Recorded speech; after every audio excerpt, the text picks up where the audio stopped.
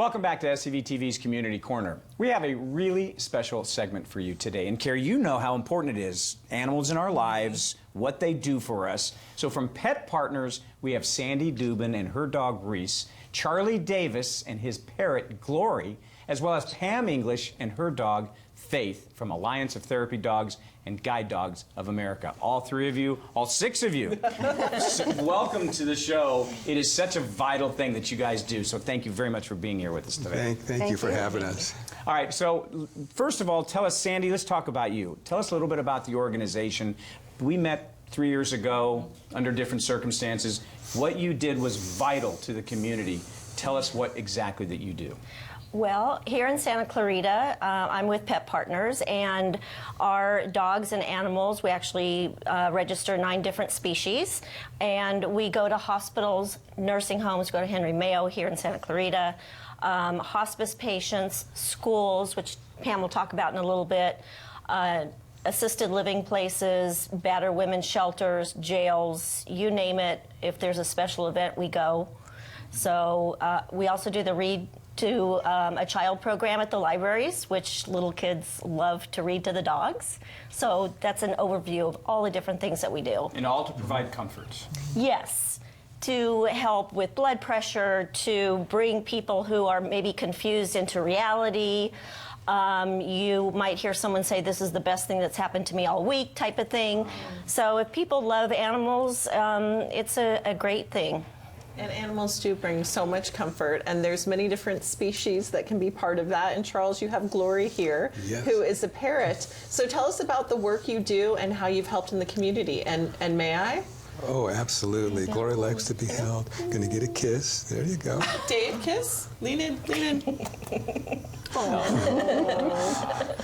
You guys are good bird handlers. Very good.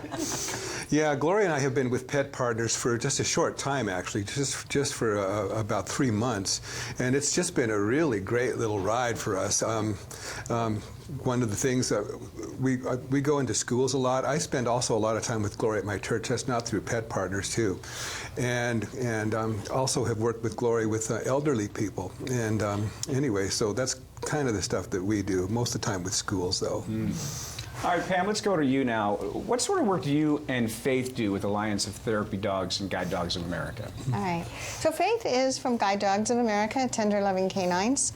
She's a puppy in training to become a service dog for a veteran with PTSD or mobility issues, a child with autism, a facility dog, or a guide dog for someone that is visually impaired. She is augmenting for our schools, along with a few of our other puppies, because we have such a demand for the dogs. Alliance of Therapy Dogs is what I belong to with my other dog, who's getting her beauty rest tonight, because she'll be at Valencia High tomorrow morning. Alliance of Therapy Dogs is an international registry for dogs as therapy dogs. So very much like Pet Partners, both are recognized by the AKC. It's kind of like we have cars and we might not have the same insurance company. And that's kind of the way it is with our therapy dogs. But we all work well together. We have a Facebook page called Giving Paws, where we put a lot of our things, and the public can see on there some of the things that we're doing. And we can also see what Reese is doing. I mean, Reese is like checking out everything, but I love watching Faith. And you said Faith is only 9 months old. Correct. And Faith is just kind of just chilling and watching and going, what is going on with you? I think Reese smells some of the previous dog treats that may have been on that carpet. Must be so that's a lot of joy. I wonder if Faith were to jump into that, it may be good. But my gosh, look at that. And look at Reese's hair. I mean, it's fantastic. I spend a lot on grooming. I bet. Oh, my goodness. So, Sandy, tell us why these services and the organization are so important to the community. Well, when you visit a patient at the hospital, let's say, and they remember your dog from years ago, or I can't tell you the hospice patients that I was once at Henry Mayo, and every time I brought my certain dog in, this woman who was in hospice would wake up when he came, and she would talk to her family before we did this for 3-4 days, and she passed away. But those 3 or 4 days we went every day, and she would only wake up when my dog was there in her bed, and she would talk to her family. So things like that. I mean, I've got stories going over 23 to 4 years that, you know, just gives you goosebumps when you see things like that. I was going to say, you're giving me chills Yeah. just hearing that. Wow. Yeah. So. And Charlie, I know Yeah. that you have, when you take Glory out, I know that you've got some stories as well. I mean, it's so unique when we think about what happens with the dogs.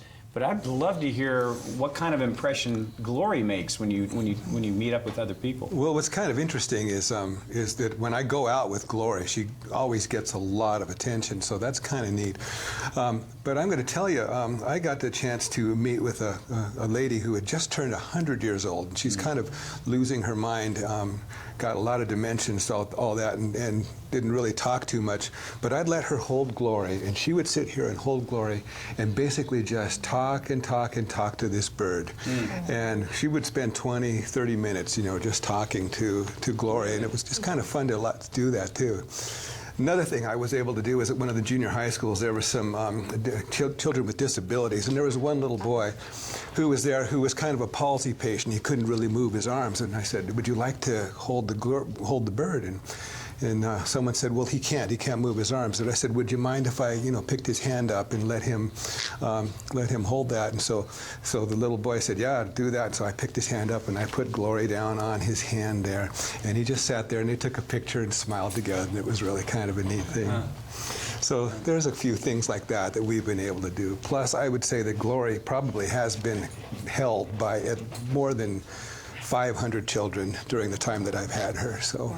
Wow. And you have another 20, 25 years That's to do right. pet therapy with. You know, she's going to outlive me is what's going to happen. That's right, because she'll live to be 30, you said, and That's she's right. now only like 4. So. That's right. Such important work. So Pam, if the community wants to help you for all the help that you've given to so many people, what can they do? There are many ways. We need people to become therapy dog owners, and that they can do with their own pet. But on our service dog side, we have a Santa Clarita group of 17 puppies in our group right now. We desperately need more puppy raisers. Which sounds like the best thing ever to me. Can you Like, I don't know imagine? how you. I would want to be- be a puppy raiser. There is absolutely no amazing. charge to the recipients of these dogs, not a dime. And so, But I would imagine they have to be screened, because you're not going to let us just kind of take a puppy to train Yeah. to become like, oh my goodness, would that happen? I don't- Dogs are never like we that. we have a great support system. So you get all the tech support with the puppy. We have puppy kindergarten classes. All the veterinary care is taken care of. And when you become a part of this village, and you see this dog go into service for years helping somebody, it's indescribable, the emotion and the feeling that you get from doing that. And so it wouldn't be possible without puppy raisers to start these puppies. Puppies are born and bred at Guide Dogs of America. In fact, I started my morning volunteering down there with our nursery, feeding 8 little puppies that are going home to their puppy raisers tomorrow. But none to Santa Clarita, because we need puppy raisers here. Oh, Santa Clarita, step up. Let's raise some puppies. Yes. It's estimated to cost $60,000 per dog that goes to an individual. So we do fundraising throughout the year, and it's donations and things like that as well. All right, so here's what we need to do, because you talked about you need some puppy raisers. Okay, so let's find out. Tell us how we can best get more information. If someone wants to reach out to you, wants to be able to become a puppy raiser, let's talk about Pet Partners, Alliance of Therapy Dogs, Guide Dogs of America. How can people reach out to you? Well, with Pet Partners, they can donate if they want to petpartners.org. Also, we are part of a Facebook page called Giving Paws. Giving Paws, P-A-W-S for socialization. And that's wonderful for anybody who has a dog or a cat or a bunny who is interested in doing it and they don't know where to start, what to do, who to go to. We are all there to answer questions. We have socialization walks where we meet with our dogs, and it was great during the pandemic, you know, to make sure that they kept up their socialization. So that's a great place to start too. Thank you all so much for being here today. I mean, this is so happy. I love seeing all of these guys. He's in love with you. Yeah, we appreciate you guys being here today. Of course. Oh boy.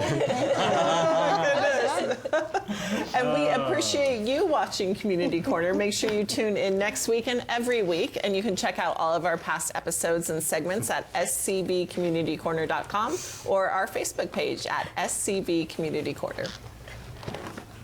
Thanks for watching. Thanks for watching. That says you. We'll see you next time. And we'll see you guys soon, I hope. Yes. He wants to see them.